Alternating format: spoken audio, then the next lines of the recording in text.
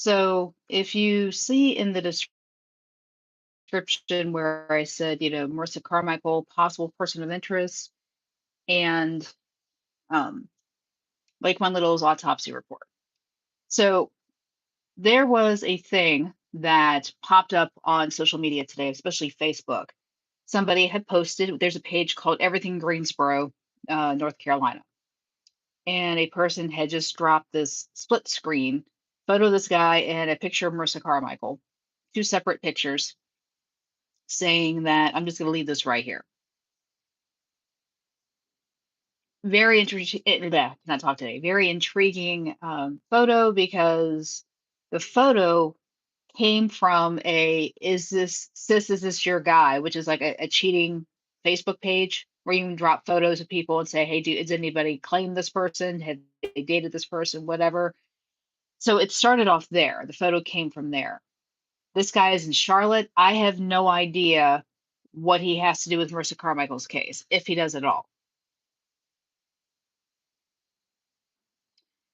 And I agree. And T Talks with Teresa just said, I think he's just trolling. And I think I agree with you on that. I don't know if he's trolling or whoever posted it is trolling because that picture was taken from a cheating webpage or cheating Facebook group and put into this. So I'm wondering if somebody is trying to implicate this guy just to give him a hard time because he ticked somebody else off. That I don't know. Now, I did see a post or a comment that Sarah Carmichael said earlier today that there's a new detective on Marissa's case. And I don't know who that person is. I plan on calling and see if I can find out who that is tomorrow. So, but the picture on this live is that photo that was put on Facebook of Marissa and that guy. Now, his name apparently is Shook. Don't quote me on that, but there is just no information on this person. I even did a reverse Google search, photo search and it didn't pop up anything with him. Somebody made the comment that he is a security guard at a bowling alley in North Tryon. So I will say this: if anybody recognizes this man in the photo and you know his actual name, please let me know because it would be, nice to know, run down some information here because I really hate the fact that, we have this going on and nobody knows who this guy is. So, like I said, I would like to get an idea who this person is and rule him out or rule him in, so to speak. So, let me see here. So let's get to Laequan Little. I put a request in a while ago for his autopsy report, and I just got it today. Now, for those of you that are joining and don't know what I'm talking about, my name is Rebecca. This is my channel, Red True Crime. Laequan Little was a case of a missing person in Greensboro who went missing on New Year's Eve, and his body was found 13 days later in a retention pond in an apartment complex where he went missing from. Now, there was a slight controversy type uproar about his case because you could see where there were tire marks or track marks that had gone into the pond, but nobody would search the pond because they kept saying it was only 4 feet deep. There's no way a car could be in there, blah, blah, blah, blah, blah. And then come to find out that pond is like over 7 feet deep, and that's where he was. His car rolled in, and they found his body outside of the car in the pond, but he was submerged. And the people that found him was one of these independent diving groups that go around and dive into lakes and streams and all that on missing person cases. They try to help, and they've been fairly successful. And what I found interesting was when they went there during the daytime, the apartment complex manager asked them to leave, saying they were trespassing, wouldn't let them in there. And they had thrown like a probe in there to kind of get an idea how deep the water was. And then when they did that, they noticed there was something very big and very solid in that pond. And they ended up going back like a day or so later at nighttime. And that's when they found him. And when they found the car officially, that's when they called the police, and the police brought in diving teams, and they pulled the car out, and Laequan was in that car. Well, he was outside of the car, but it was his car.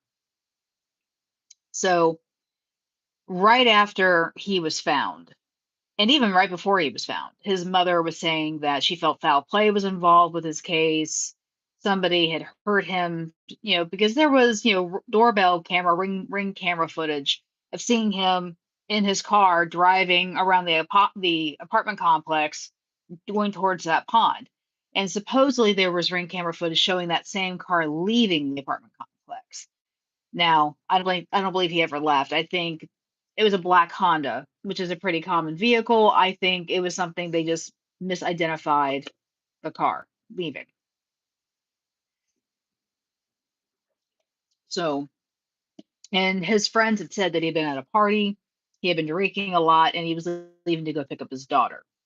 And, you know, the mom and the friends of the mom and some other people were convinced some type of foul play had been involved.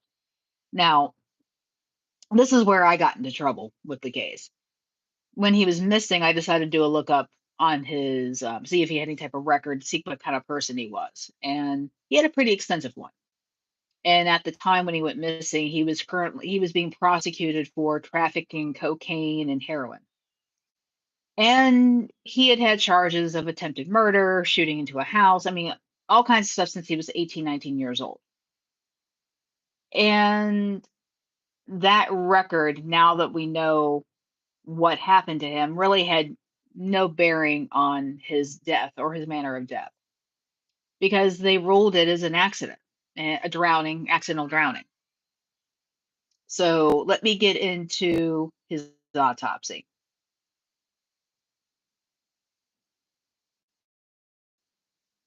Bear with me while I put my old lady glasses back on so I can read it. So Laequan Tyreek Little, at the time of his death, was 26 years old, black, male. Let's see, date of the exam was January 21st, 2025. And this was at the office of the Chief Medical Examiner of North Carolina. And this is cause of death was drowning. And this is a contributing factor. Now, this is when when you say contributing factor, it's like what else added to this person dying? Acute ethanol intoxication, meaning he was intoxicated, he was drunk. And they did not actually finalize this report until June 6th. So he was found, I want to say like January 13th, 14th, and they did not examine him until the 21st of January. They didn't finalize the report until June 6th, which was 3 days ago. And it just says that it says drowning, body found submerged in water, wet body and clothes. His hands and feet had been cut up a little bit. He had fluid in his lungs, which means when he went into the water, he was still alive, which means he was breathing underwater, which is how the water got into his body, how he drowned. Um, and this is acute ethanol intoxication. This is the toxicology report, which I also have. So we can go through all this one by one, but one thing I do want to bring up, he talks about what possessions and things he had on him when, with his body. Evidence of medical therapy. So the body is that of a normally developed, well-nourished, dark complexioned male appearing consistent with the listed age. They go into is like he weighed this much, he was this tall, the things they found. What I did find interesting was they did mention that he had some marks on his forehead and on his face. So I'm wondering when he hit the water, if he bumped his face and then tried to get out. And then because he was intoxicated, it was December and the water was like 36 degrees. His body went into shock and then he drowned. So that is what I think happened to him in that case. But they did say that he had a history. We get into the summary interpretation. Yeah. It says, according to the information received, Laequan Little was a 26-year-old male with a history of alcohol use disorder, which is the scientific way of saying he was an alcoholic. He was last known to be alive at a New Year's Eve party on 12/31/24, where he reportedly appeared intoxicated. when family could not get in contact with Mr. Little, a missing persons report was filed. Video surveillance obtained by law enforcement showed Mr. Little in his vehicle at an apartment complex near a water reservoir on 12/31/24. Several days later, Mr. Little's family hired a private search and recovery team. Drone footage captured the decedent's vehicle on January 13, 2025, in the previously described water reservoir.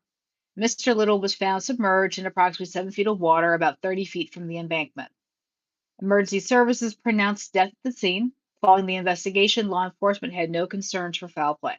So when they got him out of the water and they saw the car and everything, they didn't see any evidence of foul play at that point. And when they did a toxicology testing, he had a significant amount of alcohol in his system when he died. And that was still evident 13 days later when they pulled him out of the water. So, and it says, based on the autopsy findings and the circumstances surrounding the death as currently understood, the cause of death is listed as drowning with acute ethanol intoxication as a contributing factor.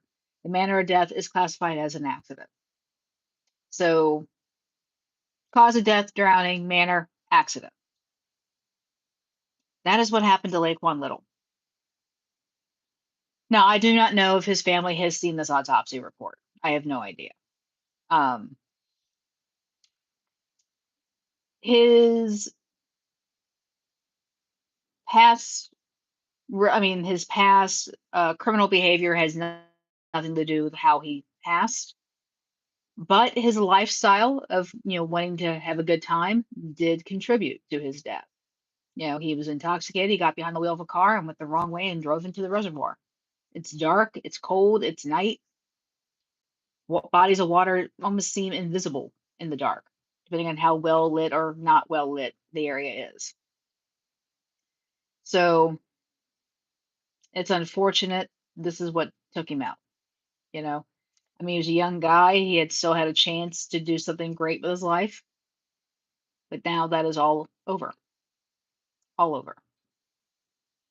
So, and for him to be such a, for them to note that he abused alcohol on that level, to put it in an autopsy report, tells me he was a significant drinker. So that was something that probably would have caused him some health issues down the road.